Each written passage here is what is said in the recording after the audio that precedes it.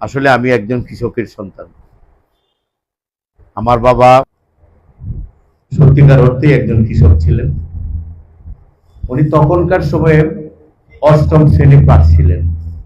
বলতো যে আমি অষ্টম শ্রেণী পাস কৃষক, তোমরা আমার সন্তান, লেখাপড়া করবে, তোমাদের যোগ্যতা অনুযায়ী নিজের জীবন, পরিবার এবং দেশে কাজ করবে।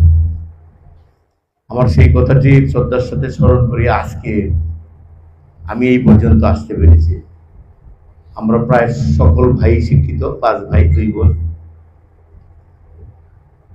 তো আমি মনে করি যে একজন কৃষকের সন্তান শিক্ষিত হওয়াটাই অনেক যোগ্যতার ব্যাপার।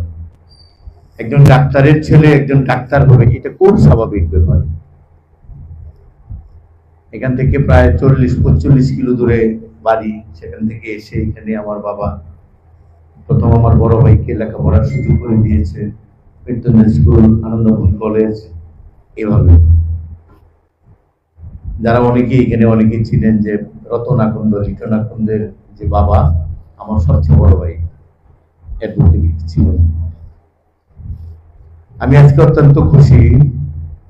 আমি সবার কাছে একটি আবেদন জানিয়েছি যে এই ময়মনসিংহ সদরে যা কাজকর্ম হবে আমাকে জানাবেন। আমি উপস্থিত থেকে সেই স্বাদটুকু গ্রহণ করতে চাই এবং সবার মাঝে বিচরণ করতে চাই, আমি যতই ব্যস্ত থাকি না কেন।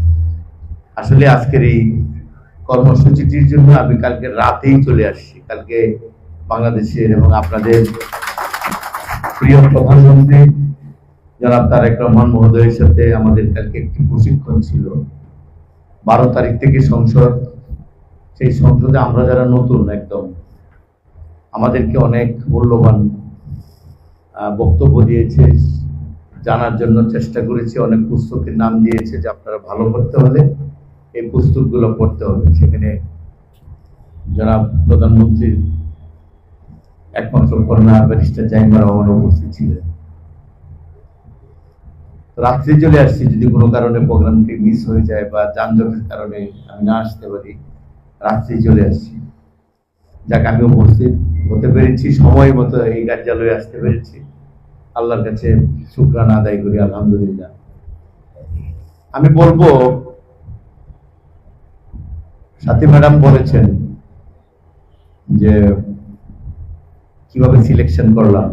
আসলে এখানে সরকারি কর্মকর্তারা আছেন, তারা তাদের স্বচ্ছতার ভিত্তিতে সমস্ত এলাকায় কৃষি কাজে সহযোগিতা করার জন্য শ্রম দিয়ে থাকেন, আমি ধন্যবাদ জানাই। আর আমি আমার দলের কিছুটা সহযোগিতা নিয়েছিলাম যে প্রকৃতপক্ষে যারা চাষি তাদের একটি তালিকা দেওয়া।